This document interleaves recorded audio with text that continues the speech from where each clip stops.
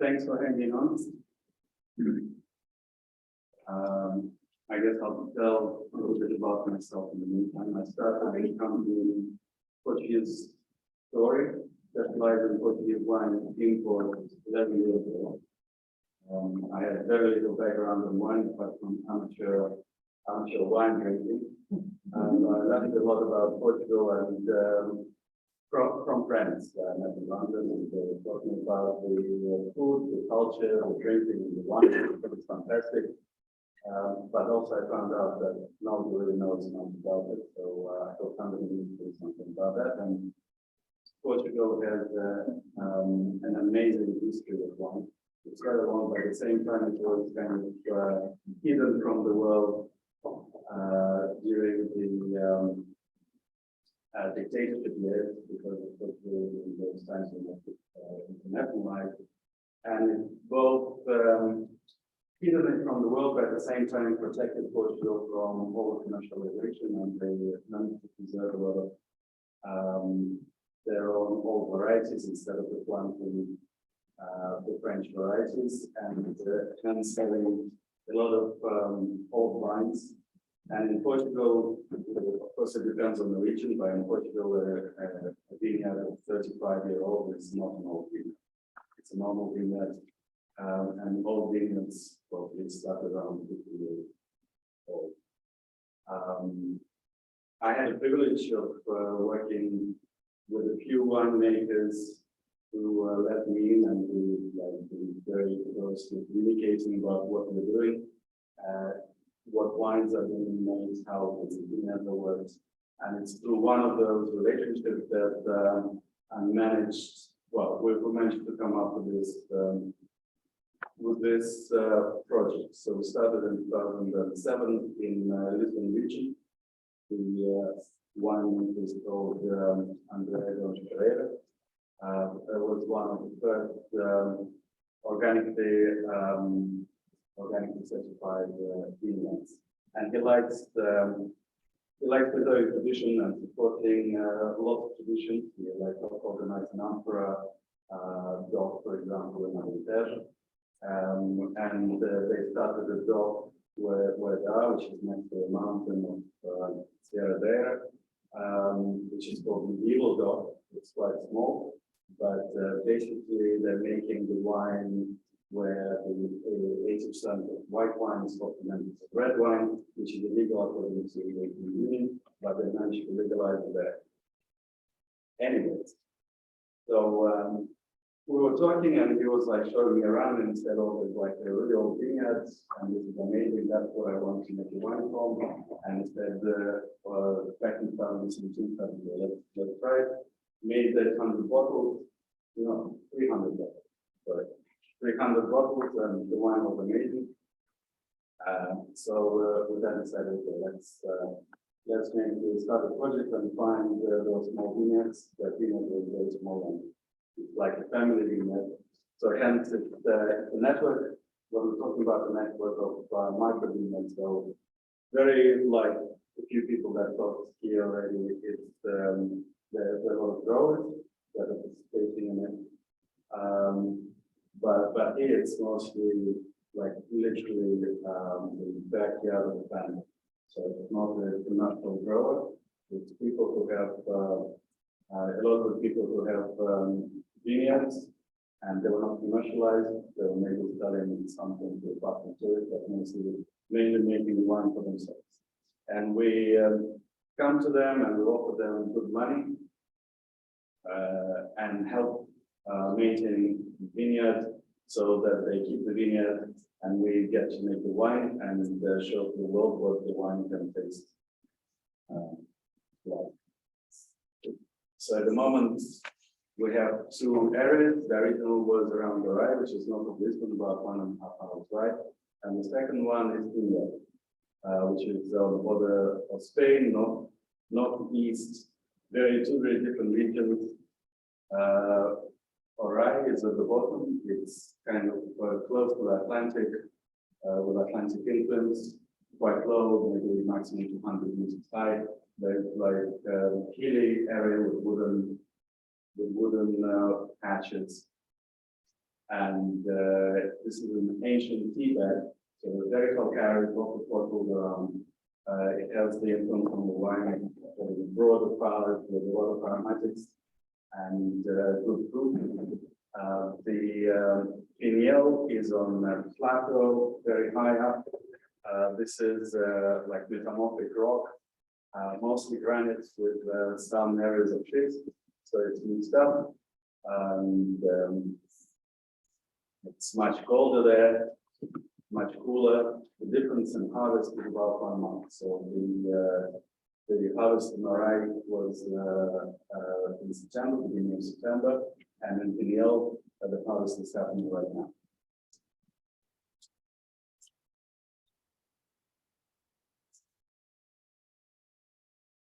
Not sure what's happening, but the slide is not changing.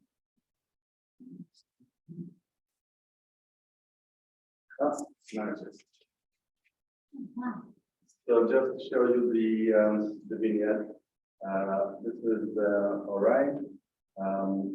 There's several different, you can see all the back of the house kind of stuff. The majority of kind of fish like trailing. The age of these vineyards are between 120 and 140 years old, and you can see like there's slight differences in how the vines trail. You can see they have grown quite extensively already and supported by several poles rather than a single one already. Some are made into like quite flatter, what they call coppers, chalice, and some are more kind of vertically expansive chalices. That's what they look like in autumn during one of the harvest.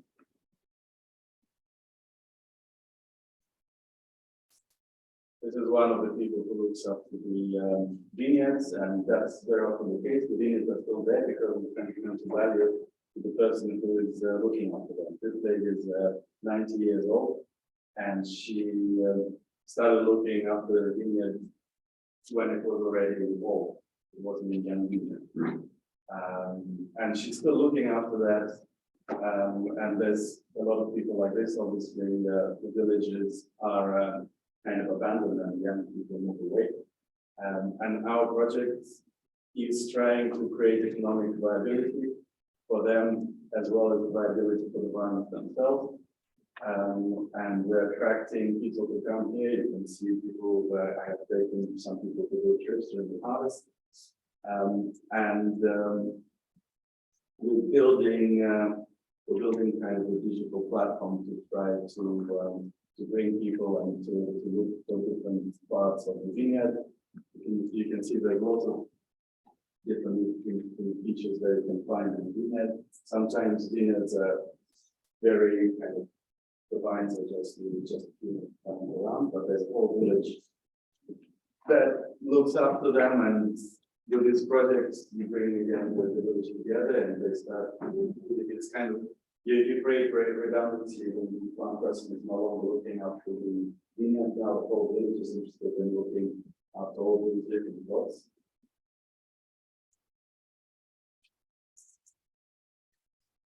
This is the other one. This is a single vineyard, so it's not the kind of plot. And as you can see, it's quite different. It's slightly younger. It's 80 to 100 years old. You have wide trellis to help the vines, and they're not as bushy as the other ones. The feature of the vineyards is you have like stone poles, granite or schist. The soil, the mixture of soil of clay and sand, but highly enriched in granite and a little bit of schist. So the vines become very mineral. It's a very polyphenomal vineyard, and the main grade there is called Sevilla, which is very good acidity grade with a lot of minerality that's really helped by the soil. But also there are other grapes like Gonital, and there's some grapes that disappeared from mainland Portugal, almost like Tarantas, which is still preserved to a larger extent in Madeira. but in Portugal, only 30 molecules. This is the same thing as how it looks at harvest. This is the father of the grower. The wines are made in cement tanks, so that you have a little influence on the base outside the food as possible, and it's good isolation. The whites, the four wines make two in each region: red, reds, and white. The whites are made with a little skin contact about 2 days, so got slight grip and good structure, and all the culture is organic but not certified. No, actually some of them are not certified, especially this one and the not is certified. And there's minimal intervention. They're not coated in fines, and that's how they work. And what story has it happened? That you asked. I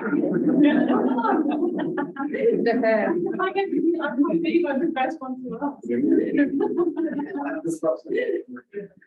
The story of the rabbit. So we started with these labels, and that's the branding. That's just it's kind of related to the history of the region of Orai and the medieval winemaking, and these labels are reproductions of medieval marginal art.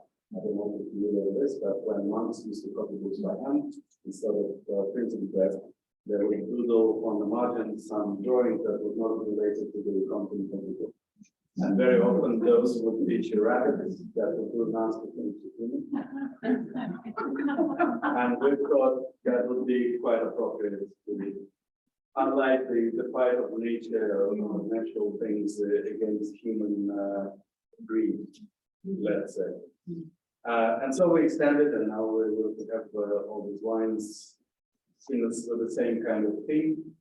The reason why monks did it, I think, those times the ordinary people would identify the rabbits because they're at the bottom of the food chain, and therefore they're powerless. And people would identify that as their powers, and then they will make up stories where the table of power at